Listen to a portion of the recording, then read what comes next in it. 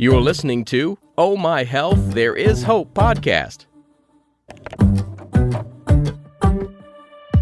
When your heart is aching and your world is shaking, don't give up. No, don't give up.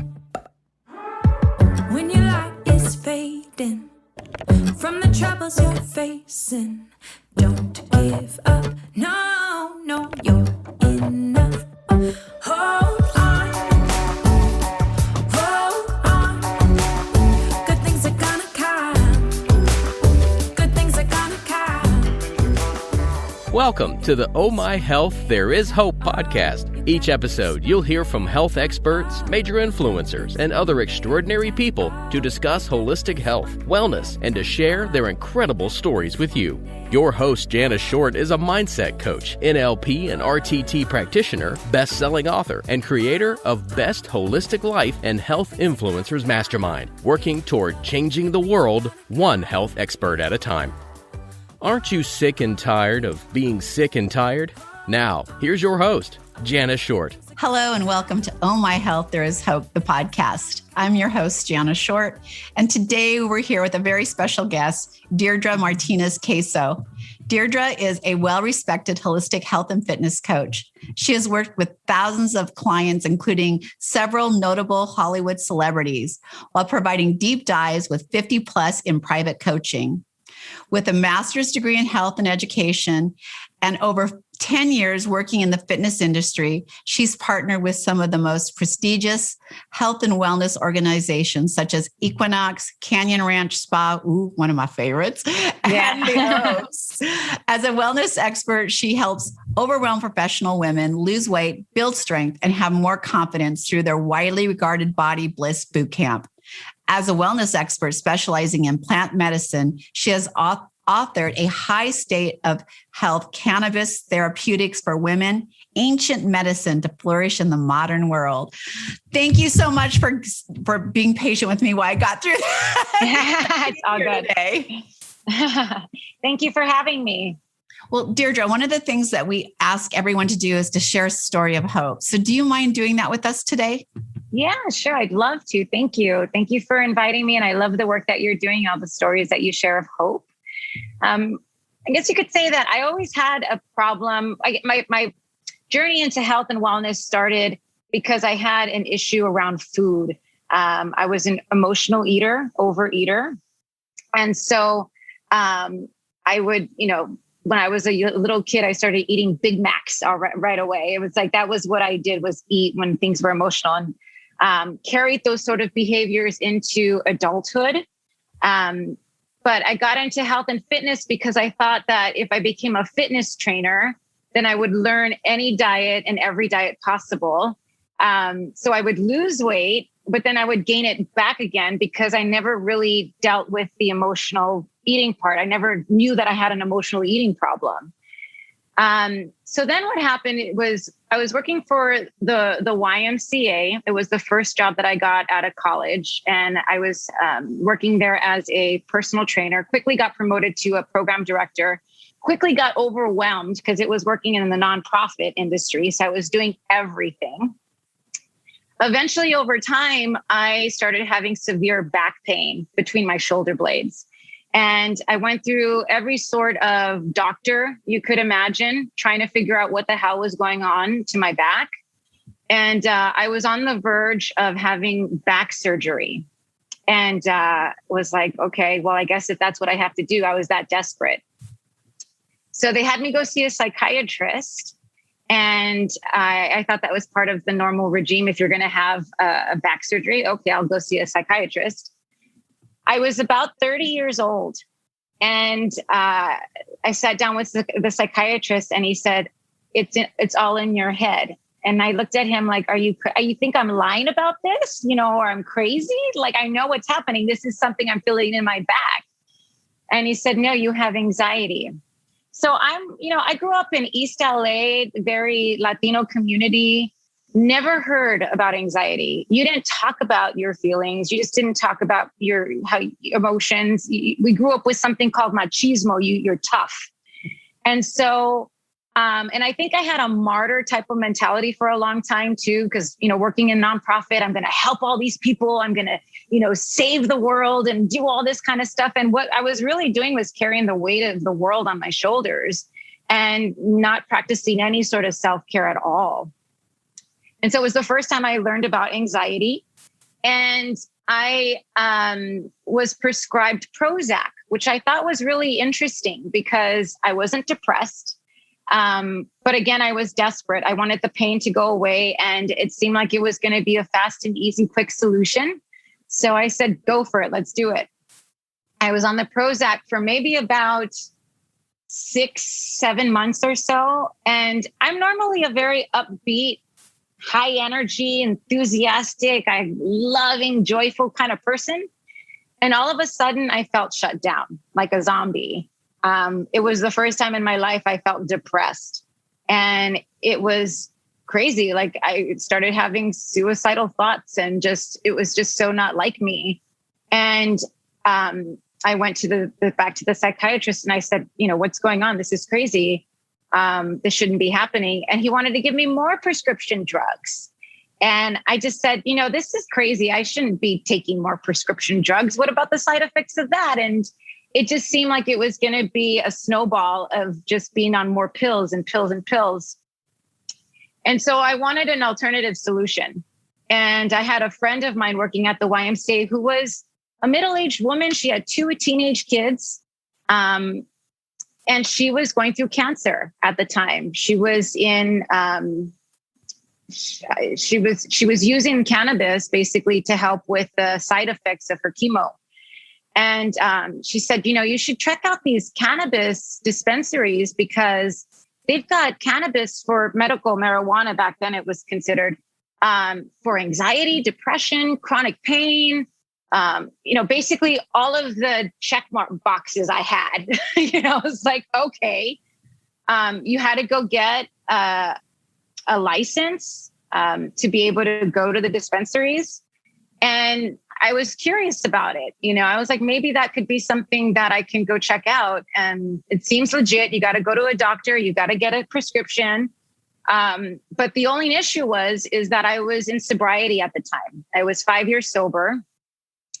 And it felt like that would be not accepted in the AA program. And I was feeling ashamed and guilty, even having the thoughts about trying some sort of cannabis, because if I took cannabis, would I lose my sobriety? Would I start drinking again? Would I end up on the streets in an alley under a bridge, selling myself, becoming a whore? Like my mind just went down like that rabbit hole. And I talked to my sponsor about it, and I just said, what's the difference? Why is it okay and acceptable for me to take this Prozac stuff that is making me feel depressed and like a zombie, and cannabis is not okay? Like they both alter your states. It just doesn't make any sense to me. And, I'd go to AA meetings and people were binging on cookies and donuts and coffee. Like food can alter your state. Coffee can alter your state, but yet it was all okay. So that didn't make sense to me. And I said, I'm willing to try anything. And I had her support. My father too, who's also over 20 years of sobriety. I didn't tell him that I was necessarily going to use cannabis just yet, but I had told him that I was not going to go to meetings anymore. And he was supportive of that too. He just was supporting me in whatever decision I was going to make. So that was a really hard decision to stop going to AA meetings, but I felt like I was going to be a liar if I sat in the rooms. So trying cannabis for the first time with no resources and not knowing really what to do. It was difficult because it was a lot of exploring on my own. And I'm sure there was a little bit of abuse maybe because I just didn't know what I was doing. So through time and trial of error and research and reading, and it just, it took me time, it took me years. I started researching other ways of healing, like taking yoga classes, learning meditation, mindfulness, diving deeper into nutrition, not just like all the diets that I had always known through personal training, but actually getting to the root of like, understanding emotional eating, understanding things like your emotional metabolism, and then understanding how to also manage my stress, because I really had to get to the root of why I was acting out and why I was abusing substances, why I was having this stress. And so I learned how to use cannabis complementary as opposed to it being my cure-all or being like the prescription drug. I really created a foundation of a lifestyle where it became a holistic one and an alternative one. But it's worked for me. I don't have the back pain anymore. I don't have the same sort of eating issues anymore. I'm at a healthy weight. My life is, I have a baby. I'm married now. Like my life is very full and fulfilling, and not something that you would think, a quote unquote stigmatized weed smoker has. I have my own business, and I'm, I've written a book. Like it's just, and I'm doing that all, like I said, without the pain, without the anxiety. All of that is managed in a very healthy way. So that's pretty much my story of hope is really about releasing the stigma around cannabis. People deciding to try alternative health methods that maybe there's just not enough knowledge and research around yet. So really you can make the effort to research and do the work and to explore those resources on your own. And they're slowly starting to come out there now with legalization, thankfully. But yeah, that's it. You know what? I love your story. And I did not see that coming, this part of you being sober 5 years. And I really want to touch on that. And like, you are still sober. Actually, no, I'm not. So I started, I drink, I smoke, I don't do meth. It's not like I went down that rabbit hole and that's the thing. I think that, there's only like the things that are popular in our culture and society right now. It's black and white. You're sober or you're not. Right. And there's no middle ground. And what I've learned in things like studying mindfulness meditation, some Buddhist psychology, is to take that middle path, like you really can find what that balance is for yourself. It doesn't have to always be extreme, like, no carbs or all carbs, I'm keto or I'm not, I'm sober or I'm not. And I think once you take away that anxiety, because it does become anxiety of trying to fit into a certain type of perfectionism for some people. For some people, they do need to take, they do need to stay sober and not have those substances. But for me, I didn't have to. Like I realized that I could find a middle path, but it was because I had laid a foundation of having this healthy lifestyle and support system, and learning how to process my emotions and things like that. That really, I think, allowed me to have that experience. I love that. There is a lady we had on the show very early on in the show, and she wrote about gray area drinking, which is exactly what you explained. And it it was an aha moment for me. Like I learned so much doing these shows. And what I want to learn today is more about cannabis, because I know when we first talked, I was like, I don't really promote it. Not that I don't respect it and think that people can absolutely have life-changing health journeys because of it. I just don't know enough about it. And I feel like it's a wild, wild west out there right now that it's new and it's become this $1 billion industry. Everybody's throwing their hat in the game and they're not all created equally.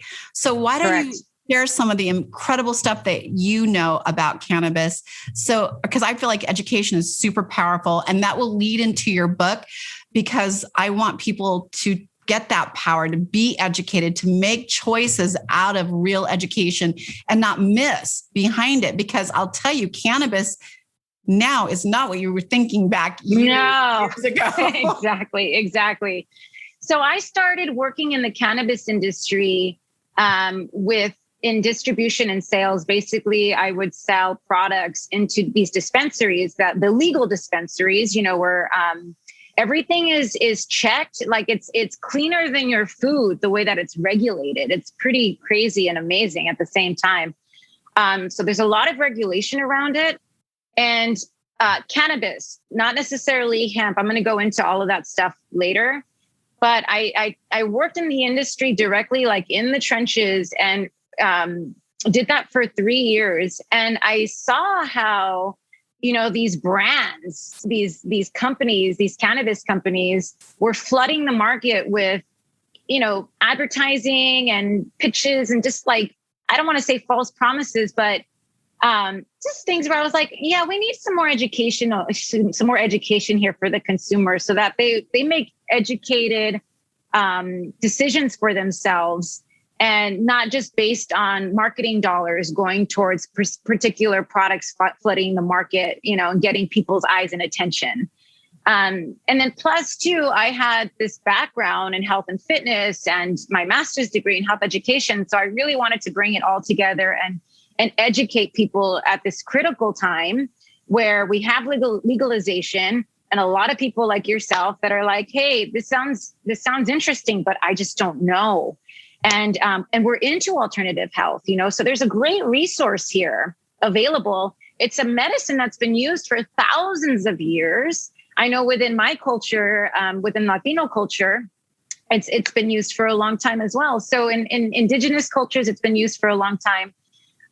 So we needed to remember that, number one, but we also needed to learn how to use it responsibly, consciously, and to know that it's not the cure-all, and to know that they're not all equal in terms of the different types of products that are out there.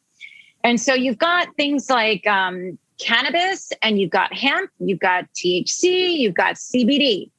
And, those are like the main kind of things that you'll hear a lot about nowadays. So when it comes to CBD, and specifically around hemp, that's not regulated the same way as it is within cannabis and THC. Cannabis and THC are heavily regulated. So in terms of like, anybody can make a hemp CBD product, and put it out on the market, and you can write whatever you want on there. And it's almost like a lot of supplement products that are out on the market. It's just not regulated by the FDA in a certain way. Pretty much anything can be on those labels. The same thing with hemp CBD products. And so, if people are really interested in using it therapeutically, they just want to do research in regards to that. And a reputable company will post the lab results and all the information about what's actually in the product on their website. And it's cleared through a third-party lab. So you want to look for things like that to make educated decisions. But that's why I wrote the book, A Higher State of Health, because I really dive deeper into like the myths around THC. People think right away, well, THC, that's the stuff that's going to make you high. And I don't want to be high. And well, you can have THC, very small amounts with higher CBD, and you're not going to feel that same sort of altered state, but you'll get the benefits of THC because there are therapeutic benefits in THC. It doesn't just get you high. But for some people, it's big right now, and there's a lot of research going into replacing opioids with with cannabis products. They're finding, and opioids kill people. People get addicted to opioids. So something that's becoming a lot more recognized now is something called harm reduction. And I kind of think that this is what I was subconsciously or unconsciously, I didn't realize I was doing it at the time. But basically, I was someone who was abusing alcohol. And that's a much more toxic substance. Alcohol can kill you.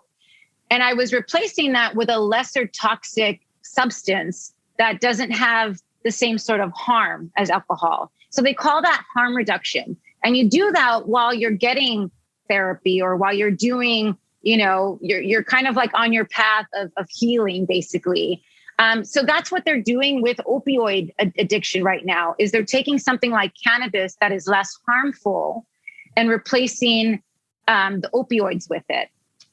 And I'm not sure, but I don't think cannabis has the same sort of addiction level as opioids do. So so if you talk about levels, right. I would say probably you're right. In regards to there's, addiction. I think the addiction can still happen, but the consequences of the addiction are less. You can die from opioids as opposed to, you might become a couch potato if you become addicted to cannabis like that. And you might get, you might develop too much eating of ice cream, but you're not going to die from too much cannabis. So that's where that harm reduction theory comes in, is could this possibly work to reduce the harm that people are abusing opioids with and replacing that with cannabis? I know, Deirdre, one of the things because I try to do all natural. As much as possible, I make better choices for myself. Definitely, I just turned 60. So my 60s, I'm like, what better choices can I make?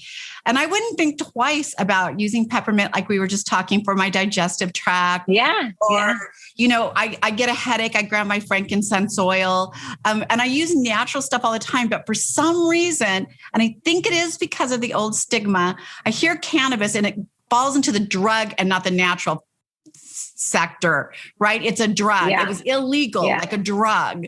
And so it's very hard for me to get past what I've been raised, read, taught for 60 years and realize that they're the ones that flipped that switch earlier. This has always been a natural product growing, for our benefits to use, just like a peppermint leaf.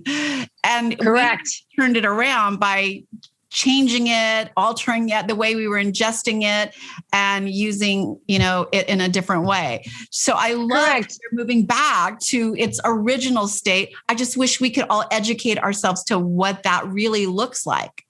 Yeah. So, and a lot of it comes from, and they're starting to do, psychedelics in general, like mushrooms, psilocybin, ayahuasca, all these very traditional plant medicines that have been used for thousands of years. They're starting to come into the limelight again. And the main foundation in regards to using them therapeutically really has to do with set and setting, and this is where cannabis gets the bad rap, is because people don't know that. And people don't understand too, like even with these psychedelics that are getting used now, also people are using them, but then they don't have an integration process. There's no healthy lifestyle to support the integration of what the plant medicine has done for them. And it's the same thing with cannabis, is that there's no healthy lifestyle integration. So you end up having to use it over and over and over again. Well, then it's pretty much like these prescription pills that they keep on popping, giving to us. So that's why the set and setting and lifestyle integration are so important in regards to not having it something become habitual, the stigma, where the stigma comes from, or even just recreational, because they also can be recreational drugs as well. But that's the biggest difference is what's the set, what's your set, what's your intention, what's your setting, what's your environment, and do you have the lifestyle, the healthy lifestyle that's going to support the work that you're doing with this medicine? I love it. And I love that you were separating the difference between hemp seed and CBD oil. I know a lot of people tell me they're getting their CBD oil on Amazon, and I don't know a lot about CBD and hemp, but I can tell you they're not allowed to sell CBD on Amazon. You're getting hemp seed oil and they're putting a pot leaf on there. So your brain sees a pot leaf and you're like, oh, it's CBD oil, but I promise you can't get that on Amazon. Yeah. I mean, it's really just amazing how influenced we are in regards to, buyers' decisions and our perception of these substances, right? Because I mean, this is probably a topic for another podcast, but our perceptions around this medicine have been shaped in regards to the stigmas just because of a lot of discrimination. The people that were using this as medicine way back in the day, it was popular in the jazz scene, which was popular, with African Americans. Latinos back in the day were using it for pain therapy when they were working out on the fields, So in terms of, our politicians wanting to discriminate, they went right for, making that substance in particular something that became illegal because it was a way to put people in jail. So 100%. I was raised, if you smoked pot, you were a deadbeat, a loser. You couldn't hold a job. You would never be anything. You were lazy. That was all around pot smokers. It's feeding the systemic racism, basically. It really is feeding that. And so we're having a revolution in an interesting way, or renaissance, this plant medicine renaissance with something, again, that's been used for thousands of years. And my hope is that we can just have that educated resources available so that people don't have the stigma. And, my grandmother, before she passed away, she was using it for her arthritis, and it was so funny. She wanted me to give her like the actual weed, the flower, we call it. She wanted to make oil and some tinctures. I was like, Grandma, you know how to make that? Because she's old school. And like way back then, back in the day, they used to do it before it became something that was dangerous because you would get caught, you go to jail. I love it. I love that you're educating the world with your book and helping people understand that it was given to us for a reason. What are some of the things that people can be using this for if they want to? And because I know it's now legal in California, can they just go get it? How do they ask for it? Like if I was brand new and I had arthritis and I want to go in and I want to see if maybe cannabis will help my arthritis. I obviously just don't walk up to the counter and start pointing, right? Yeah. So here's one of the things that, and you teach a lot about this too. It's like everything is interconnected and our wellness is complex. So please don't expect that the cannabis is going to be, make everything better, right? It's going to make the arthritis go away because we still have to. And this is why I wrote the book, was because you need to address your emotional health. You need to address your nutrition. You need to address your exercise. What are you doing for physical fitness? So you have to address your lifestyle, number one. And then when there's so much research out right now in regards to using it for a multitude of things, from arthritis, digestive issues, like gout and migraines, substance abuse, insomnia. So I recently attended a UCLA. UCLA is kind of really paving the way right now in cannabis research. They have a whole program right now called the UCLA Cannabis Research Initiative.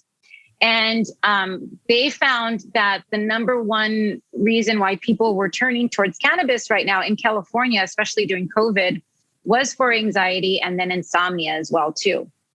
So, I can speak from that because that's why I turned to it as well, too, was because I had anxiety and I was using it as an alternative.